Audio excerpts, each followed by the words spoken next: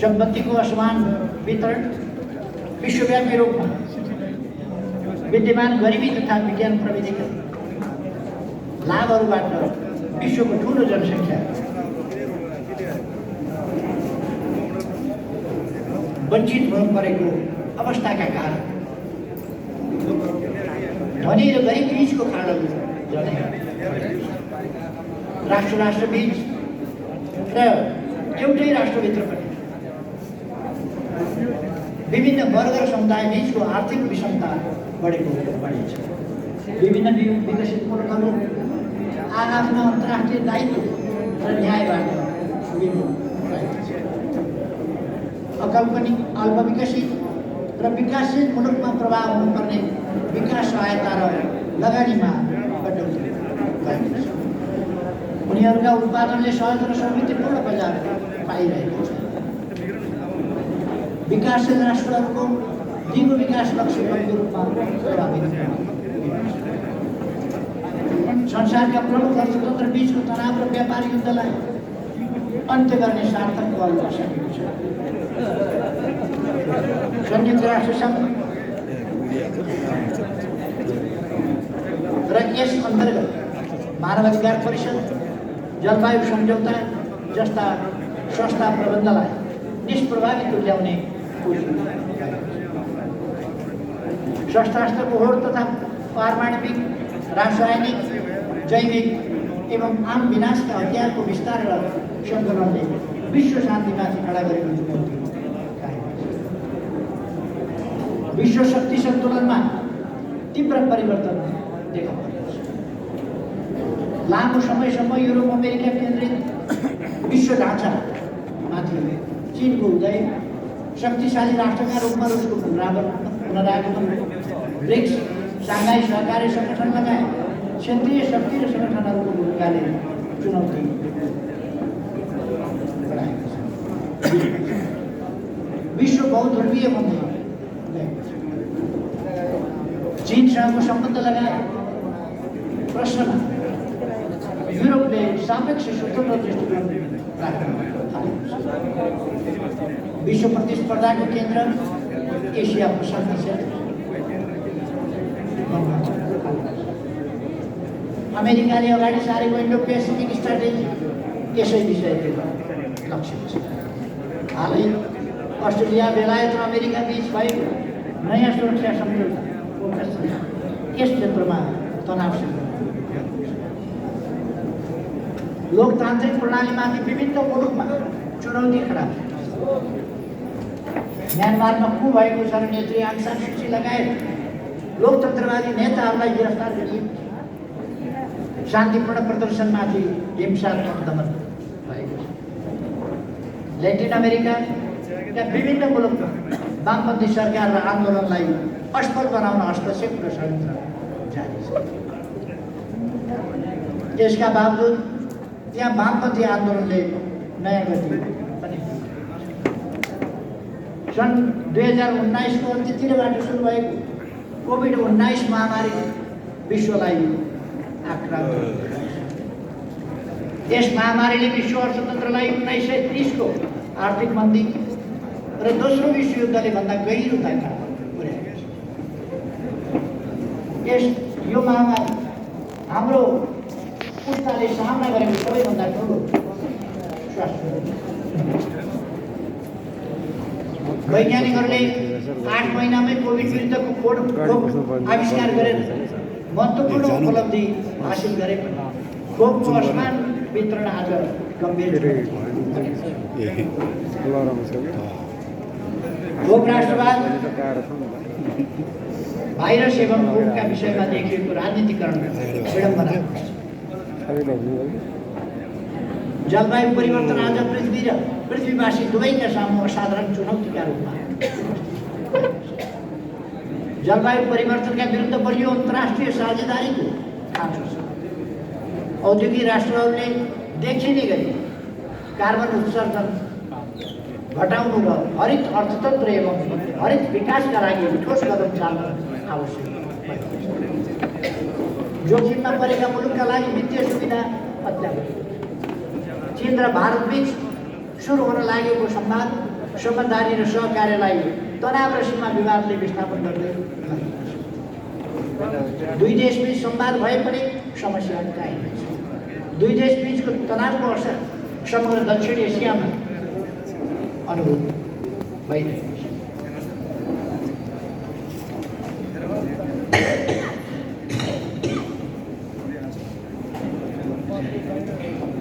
भारत पाकिस्तान बीच तनाव जारी नै छ।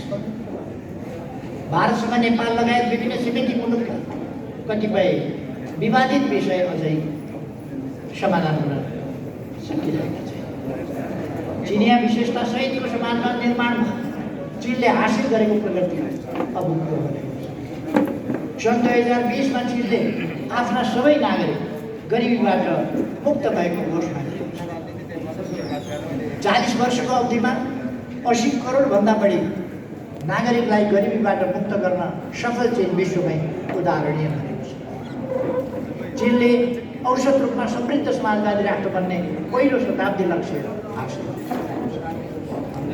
यस सफलताका लागि चिनिया कम्युनिस्ट पार्टी र चिनिया जनता बधाईका हकदार छन्। अफगानिस्तानबाट अमेरिका र नेटो गठबन्धनका सैनिकहरू 20 वर्षपछि पछाडि हटेका छन्। यसले स्पष्ट पारेको छ जुनसुकै बहानामा गरिए पनि बाह्य हस्तक्षेप र आक्रमण हो। देशको असफलता अनिवार्य छ। कुनै पनि मुलुकको समस्या समाधानको जिम्मा सम्बन्धित मुलुककै जनताको हो, बाह्य शक्तिको। अफगानिस्तान घटनाका बाछिटा दक्षिण एसियामा पर्न सक्ने र अफगानिस्तानलाई लिएर भू राजनीतिक तनाव सिर्जना हुन सक्ने सम्भावनालाई ध्यानमा राख्दै नेपाल स्पष्ट रूपमा हस्तक्षेप, लोकतन्त्र, खुल्लापन र क्षेत्रीय शान्तिका पक्षमा दृढतापूर्वक उभिनु। चीन भारतको सम्बन्धको प्रभाव नेपाल लगायत दक्षिण एसिया र समग्र विश्वमै गहिरो बनिएको छ। हामी चीन र भारत बीचको सीमा समस्या लगायतका मतभिन्नताहरू चाँडै समाधान हुन् र दुई देशबीच सार्थक साझेदारी विकास होस् भन्ने चाहन्छौँ। यसले विकास र सहयोगको त्रिदेशीय सहकार्यको सम्भावना पनि गर्दछ। नेपाल आफ्नो भूभाग कुनै पनि छिमेकी तथा मित्र राष्ट्रहरूका विरुद्ध प्रयोग हुन नदिने नीतिमा दृढ छ। त्यसै गरी नेपाल एक चीन नीतिमा अडिग छ। नेपाल भारत सीमा द्वारपार अपराध नहोस् र आतङ्ककारीले लाभ उठाउन नसकुन् भन्ने विषयमा भारतको चासो छ।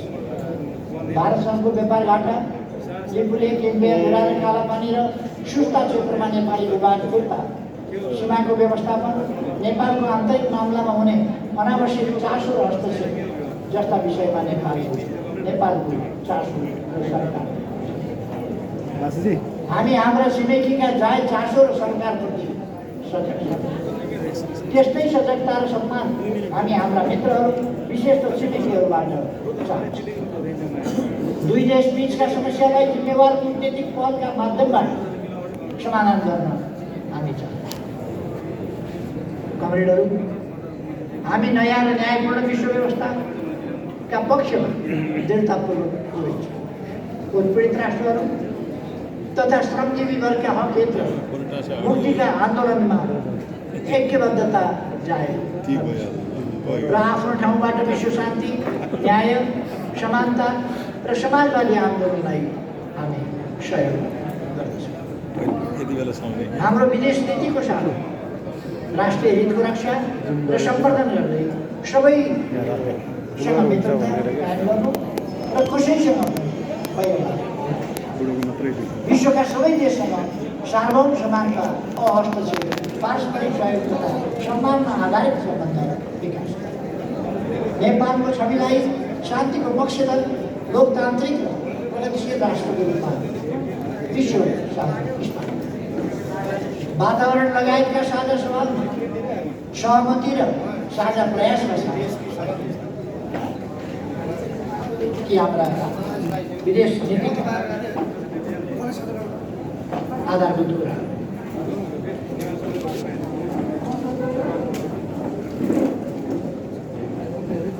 प्रतिनिधि कमरेडहरू 9 राष्ट्रिय महाधिवेशनपछि अवधि घटना पूर्ण रहे, आँधीबेहरी पूर्ण रहे।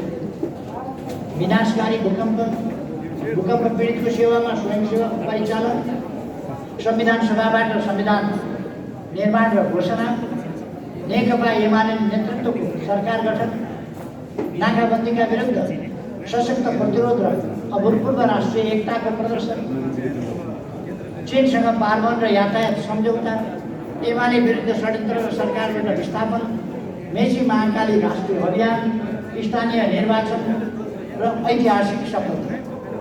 हामीले आम निर्वाचनभन्दा अघि सामना गरेका घटनाहरू, यी सबै घटनाहरूमा हामीले प्रभावकारी भूमिका निर्वाह गऱ्यौँ र पार्टीको नेतृत्व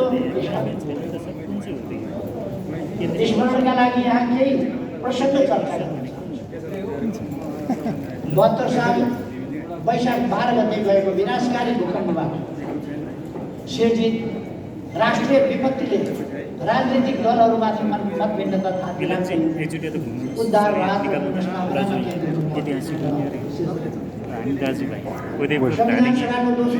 कमरेड बोल्दै हुनुहुन्छ भएको पनि 1.5 वर्षभन्दा बढी विभिन्न चलखेल देखा पर्न थालिसकेका थिए। भूकम्पबाट पीडामा परेका जनता र दलहरू बीचको भूकम्पबाट पीडामा परेका जनता दलहरू बीचको खिचातानीबाट व्यग्र र संविधान निर्माणमा थप विलम्ब गर्नु उचित थिएन। यसै पृष्ठभूमिमा 2072 जेठमा नेकपा एमाले, नेपाली कङ्ग्रेस र नेकपा माओवादी बीच 16 बुँदे सहमति गरियो, जसमा संविधान निर्माणका आधारभूत प्रश्नबारे मोटामोटी थाहा। तर मधेस केन्द्रित दलहरू भने सहमतिमा आउन तयार भए। यस क्रममा विभिन्न स्थानमा हिंसक र अराजक घटनाहरू प्रायोजित हुन्। 72 साल भदौ 7 गते कैलालीको टिकापुरमा 8 जना सुरक्षाकर्मी र 1 जना निर्दोष बालकको ज्यानै लिने गरी अत्यन्त त्रासद र विभत्स घटना। सुर्खेत लगायत पहाडी भूभागमा पनि हिंसाका घटना छन्। मधेस केन्द्रित दलका कतिपय नेताहरूले संविधान निर्माणमा बाह्य हस्तक्षेपको माग, असन्तुष्टि, विरोध र हिंसालाई देखाएर संविधान निर्माणमा विलम्ब गर्नुपर्ने तर्क प्रस्तुत गर्यो। काङ्ग्रेस र माओवादीका कतिपय नेताहरूको उत्तेजना र हिंसा फैलाउने घटनामा सहभागी देखियो। कतिपय बाह्य हस्तक्षेप, कतिपय बाह्य पक्ष संविधान बन्न नदिने खुल्ला रूपमा दबाव र हस्तक्षेपमा उत्रिन्छ। यस हस्तक्षेपको असर विभिन्न राजनैतिक दल, सरकारी अन्य संस्थामा देखिन्छ। नियोजित रूपमा सुरु भएका गतिविधिलाई आधार बनाएर संविधान निर्माण हुँदैन थियो, सकिँदैन थियो र संविधान निर्माणका जति ढिलाइ भयो यसलाई जारी गर्नु त्यति नै असम्भव। तसर्थ हाम्रो पार्टीले संविधान जारी गर्न निर्णायक मूलतः हाम्रो पार्टीको अग्रसरता, नेतृत्व र निर्णायक भूमिकाका भाव 2072 साल भदौ 30 गते संविधान सभामा नेपालको संविधान निर्माण भयो र त्यसै आश्विन 3 गते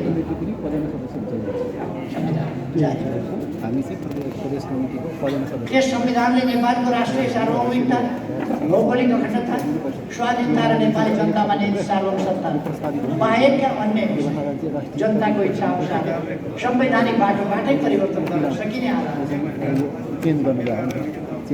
यसले राजनीतिक परिवर्तनका नाममा हुने हिंसा र विद्रोहको आधार शान्तिपूर्ण र वैधानिक बाटोबाट समाजवाद निर्माण गर्ने आधार तयार भए। यसमार्फत सामाजिक न्यायसहितको लोकतन्त्रको प्रत्याभूति भएको छ।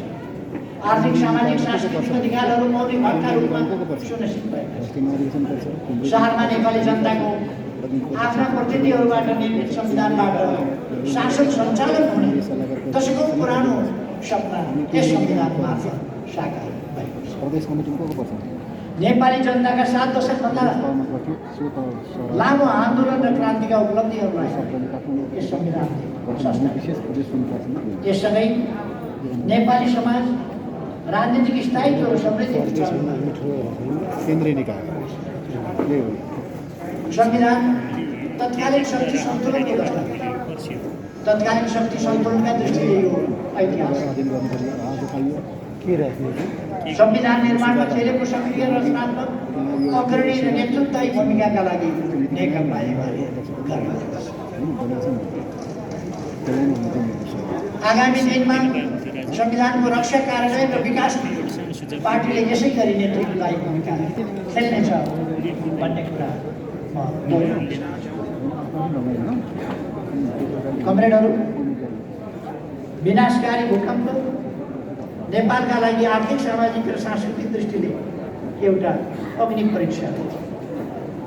विनाशको घडीमा सरकारको मुख मात्र ताक्नु वा बाह्य दाताहरूको भर परेर बस्नु उचित हुँदैन।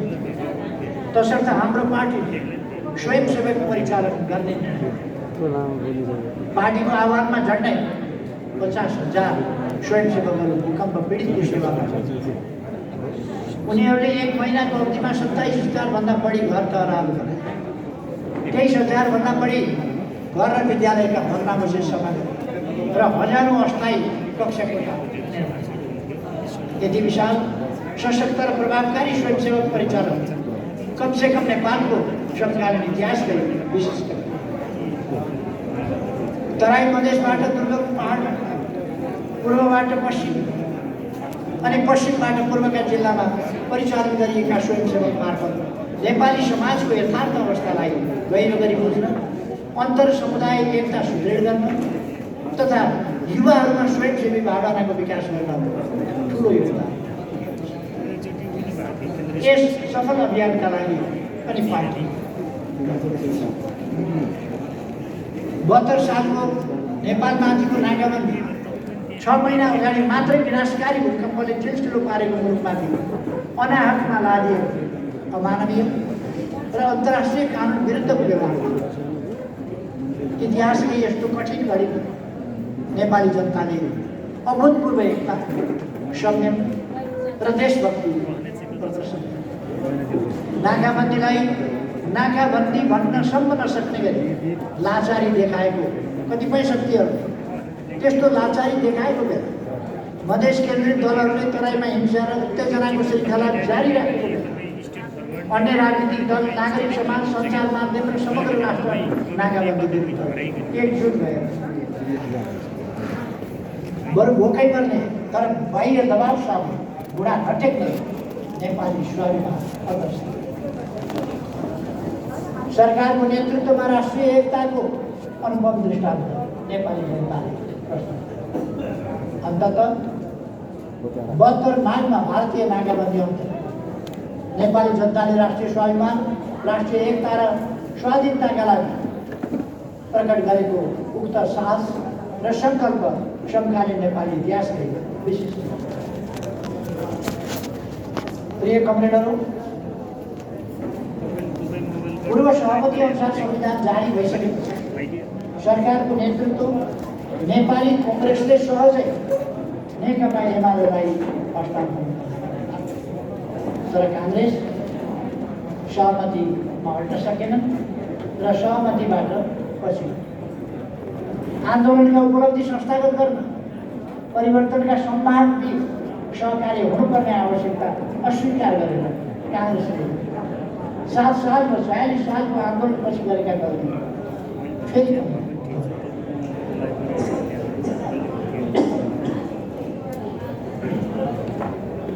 नेकपा एमाले र नेकपा माओवादी बीच 14 मध्ये सहमति गर्दै अर्को निर्वाचनसम्म सबै जाने निर्वाचनमा मोर्चा बनाएर लड्ने क्षमता। लोकतान्त्रिक फोरम, राप्रपा, नेकपा माले, राजमो लगायतसँग पनि सहकारी 72 असोज 24 गते म प्रधानमन्त्री। इतिहास कैयौँले जितेर पनि हारेका छन्। हामीले कतिपय सन्दर्भमा हारेर पनि जितेका छौँ। सत्तामा रहनुन्जेल देखिने कतिपय सत्तासीनहरू सत्ता बाहिर पुग्न साथ गुमनाम बने। हाम्रो नेतृत्वको सरकारले उपलब्ध अवसरलाई सदुपयोग गर्दै ऐतिहासिक भूमिका निर्वाह गरे। नाकाबन्दीलाई साहसपूर्वक सामना गर्दै अष्टौँमा संविधान निर्माण प्रक्रियामा पाइएका दलहरूलाई सहमतिमा ल्याउन 72 मङ्सिरमा संविधानको पहिलो संशोधन। प्रधानमन्त्रीको हैसियतमा मैले नाकाबन्दीको अन्त्यपछि मात्र हाम्रो तर्फबाट सार्वभौम समानता, हस्तक्षेप, आपसी हित र सम्मानका आधारमा नेपालले भारतसँग विश्वासिलो सम्बन्ध राख्न चाहेको र भविष्यमुखी भएर सार्थक सहकार्य गर्न खोजेको चाहेको दुई देशबीचको सम्बन्ध सुधार गर्न सफल। लगत्तै मैले चीनको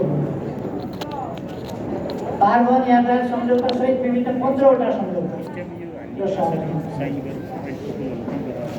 नेपालको भूपरिवेष्टित अवस्थालाई रूपान्तरण गरी पारवनमा एकपक्षीय निर्भरतालाई नेपालको स्वाभिमानलाई सुदृढ गर्न भ्रमण ऐतिहासिक सफल।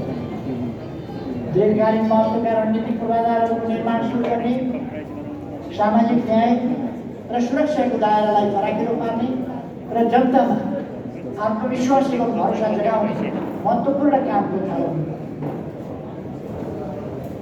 तर चीन भ्रमणबाट फर्किए लगत्तै सरकार परिवर्तन गरेर मुलुकलाई अस्थिरतातर्फ धकेल्ने खेल सुरु भयो। बाह्य शक्तिको इसारामा प्रधानमन्त्रीलाई एउटा बजेटसम्म प्रस्तुत गर्न नदिई विस्थापित गर्ने योजनामा पुष्पकमल दाहाल, माधव नेपाल लगायत तीनै पात्रहरू क्रियाशील थिए जसले 74 पछि मेरो नेतृत्वको सरकारलाई असफल बनाउन उसै गरी घेराउ, मोर्चाबन्दी र सहयोग। आफैले प्रस्ताव गरेको आफ्नो पार्टी सम्मिलित नाकाबन्दीको सामना एवं पारवन सन्धि जस्ता दूरगामी उपलब्धि हासिल गरेको सरकारलाई ढाल्न प्रचण्डद्वारा प्रधानमन्त्री विरुद्ध अविश्वास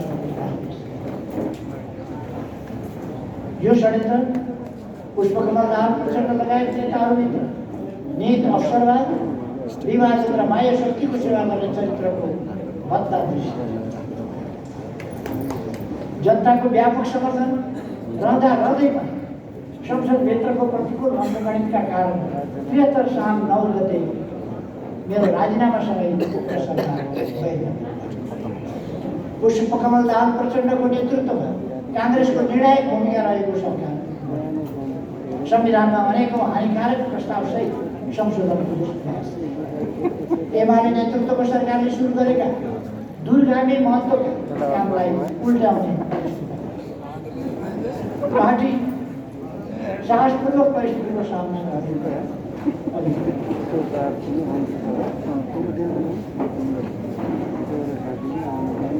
कमरेडहरू,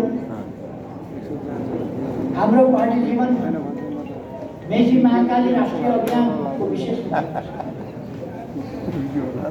2073 साल फागुन 21 गते शहीद दिवसका दिनबाट संविधान, सामाजिक सद्भाव र राष्ट्रिय एकताका लागि सञ्चालित त्यो अभियान काँकडभित्रबाट सुरु भएर सुर्खेतमा सभा। पार्टीका हजारौं नेता,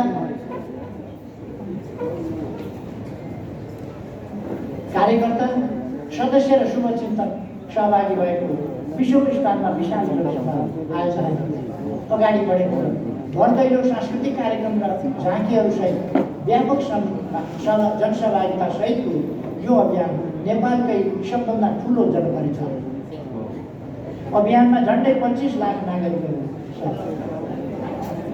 यस अभियानले एमालेलाई तराई मधेसमा प्रवेशै गर्न नदिने, मधेसी समुदायमा एमालेप्रति भ्रम र घृणा फैलाउने तथा तराईवासी र पहाडी समुदायबीच साम्प्रदायिक विद्वेष फैलाउने अष्टल प्रयास। त्यस्ता प्रयासहरूलाई असफल पाए। तराई मधेसका नागरिकहरू देशभक्तिपूर्ण राष्ट्रियताको पक्षमा दृढतापूर्वक उभिए। हजारौँ कार्यकर्ताहरूको परिचालन र लाखौँ जनताको सहभागिताले पार्टीको ऊर्जा र सामर्थ्य विकासमा ठुलो योगदान। 2074को स्थानीय तह निर्वाचन पार्टीले काठमाडौँ र पोखरा महानगरपालिका सहित 40%भन्दा बढी स्थानीय तहहरूमा विजय हासिल। जिल्ला समन्वय समितिका अधिकांश स्थानमा पनि पार्टीले सफलता प्राप्त।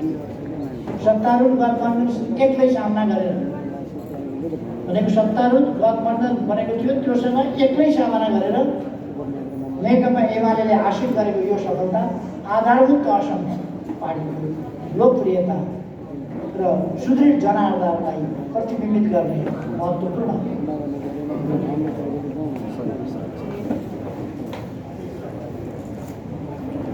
आज यस महाधिवेशनमा स्थानीय तहमा विजयी प्रमुख उपप्रमुख सहित विजयी जनप्रतिनिधि मण्डलहरूलाई सम्बोधन गर्न पाउँदा मलाई खुसी लागेको छ र गर्व लागेको छ। प्रतिनिधि मण्डलहरू 75 जेठ 3 गते नेपाल कम्युनिस्ट पार्टी नेकपा एमाले र नेपाल कम्युनिस्ट पार्टी माओवादी केन्द्र पार्टी एकीकरण भयो। यो नेपाली राजनीतिको एउटा ऐतिहासिक परिवर्तन। यस समय हाम्रो कम्युनिस्ट आन्दोलन 2027-28 सालदेखि एकातिर झापा आन्दोलन, कोअर्डिनेसन केन्द्र नेकपा एमाले हुँदै विकसित भएको प्रमुख धार र अर्कोतिर केन्द्रीय न्युक्लियस, चौथो महाधिवेशन मशाल एकता केन्द्र नेकपा माओवादी हुँदै विकसित भयो। आन्दोलन अर्को नेपाली कम्युनिस्ट आन्दोलनको जुन बढी जोड्ने 50%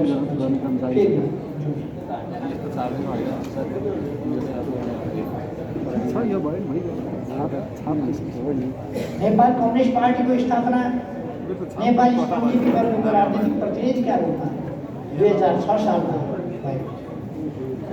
कम्युनिस्ट पार्टीको स्थापना नेपालको राजनीतिक इतिहासको महत्त्वपूर्ण परिघटना। कम्युनिस्ट पार्टीले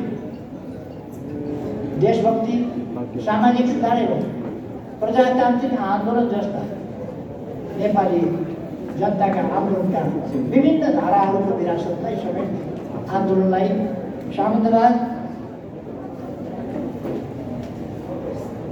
साम्राज्यवाद विरोधी जनवादी क्रान्तिको उचाइमा विकसित गर्यो। यहाँनिर नेपालको पहिलो राजनीतिक पार्टी प्रजा परिषद अनेकौँ आरोह अवरोह पश्चात नेकपा एमालेमा समाहित भएको छ। यसको विरासत पनि कम्युनिस्ट पार्टीले अगाडि बढाएको प्रसङ्ग पनि स्मरणीय छ। म यहाँ उल्लेख गर्न चाहन्छु।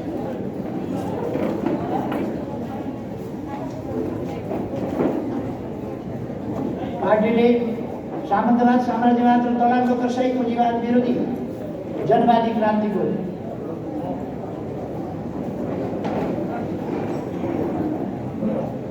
तत्कालीन एवं समाजवाद तथा साम्यवाद स्थापनाको दीर्घकालीन लक्ष्य लिएको छ। राणा शासनको अन्त्य र नागरिक अधिकारको स्थापनाको नारा अगाडि सारिएको मजदुर, किसान, विद्यार्थी तथा महिलाहरूलाई जागृत गर्ने स्थानीय तहमा क्रान्तिकारी समिति गठन गरेर जनविद्रोह संरक्षण गर्ने पार्टी। दिल्ली सम्झौता 2007 सालको आन्दोलन 20 मई अवरुद्ध। सम्झौतालाई स्वागत गरेर नेपाली काङ्ग्रेस राणा नेतृत्वको सरकारमा सहभागी भए पनि नेपाल कम्युनिस्ट पार्टी लगायत देशभक्त शक्तिहरूले क्रान्तिलाई अगाडि बढाउने प्रयास गरे। आन्दोलनको सहयात्री कम्युनिस्ट पार्टीमाथि नेपाली कङ्ग्रेसले प्रतिबन्ध, तर पार्टीले विभिन्न वैधानिक मोर्चा र जनसङ्गठनका माध्यमबाट आन्दोलन 2009 सालदेखि 13 सालसम्म विभिन्न जिल्लामा भएका किसान विद्रोह, विभिन्न ठाउँमा भएका स्थानीय स्वामित्व विरोधी आन्दोलन, कोशी र गण्डक सम्झौता विरोधी राष्ट्रिय हितका सङ्घर्ष एवं संविधान सभाको निर्वाचनका लागि निरन्तर दबाव, त्यति बेलाका चर्चित आन्दोलन। संस्थापक महासचिव पुष्पलाललाई पहिलो महाधिवेशन अगावै नेतृत्वबाट हटाइएपछि पार्टीमा वैचारिक र सङ्गठनात्मक विचलन पहिलो महाधिवेशनबाट सुरु भएको दक्षिणपन्थी केशवचन्द्र रायमाझी महासचिव बनेछन्। दक्षिणमा तिब्बती अवसरवादका रूपमा पार्टीको दोस्रो महाधिवेशनमा रायमाझीले गणतन्त्रको कार्यक्रम बदल्ने प्रयास, उनको प्रयास त विफल भयो, तर महाधिवेशनबाट पारित गणतन्त्रको कार्यक्रमलाई रायमाझीले अगाडि बढाए। काङ्ग्रेसको दमन र रायमाझीको दक्षिणपन्थी अवसरवादी नेतृत्वका कारण तानाशाही कदम विरुद्ध कम्युनिस्ट पार्टीको प्रतिरोधी क्षमता कमजोर हुँदै गयो।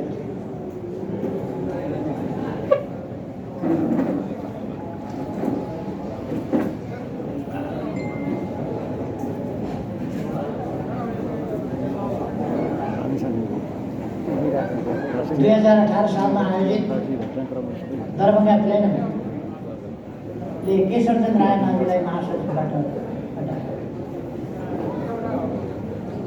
उनी तेस्रो महाधिवेशनबाट पार्टीबाटै निष्कासित, तर तेस्रो महाधिवेशनबाट पारित राष्ट्रिय प्रजातन्त्रको कार्यक्रम र सर्वाधिकार सम्पन्न संसदको स्थापनाको नाराले आन्दोलनलाई सही दिशा दिन सके। अन्तर्राष्ट्रिय कम्युनिस्ट आन्दोलनमा देखा परेका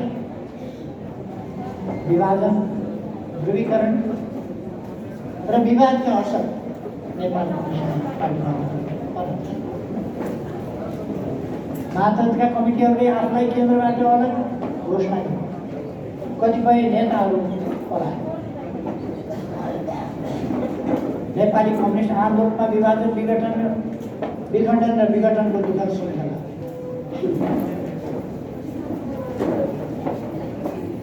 2025 साल पुष्पलालले तेस्रो राष्ट्रिय सम्मेलन मार्फत पार्टीलाई पुनर्गठन गर्ने प्रयास गर्नुभयो भने त्यसमा सबै समिति यसै पृष्ठभूमिमा भएको झापा विद्रोह 2027-28 नेपालको राजनीतिक र कम्युनिस्ट आन्दोलनको टर्निङ पोइन्ट बन्यो। यसले राजतन्त्र विरुद्ध विद्रोहको उद्घोष गर्यो। कम्युनिस्ट आन्दोलनमा उत्पन्न शिथिलता र अकर्मण्यताका विरुद्ध बलिदान, विद्रोह र पुनर्गठनको ऊर्जा सिर्जना।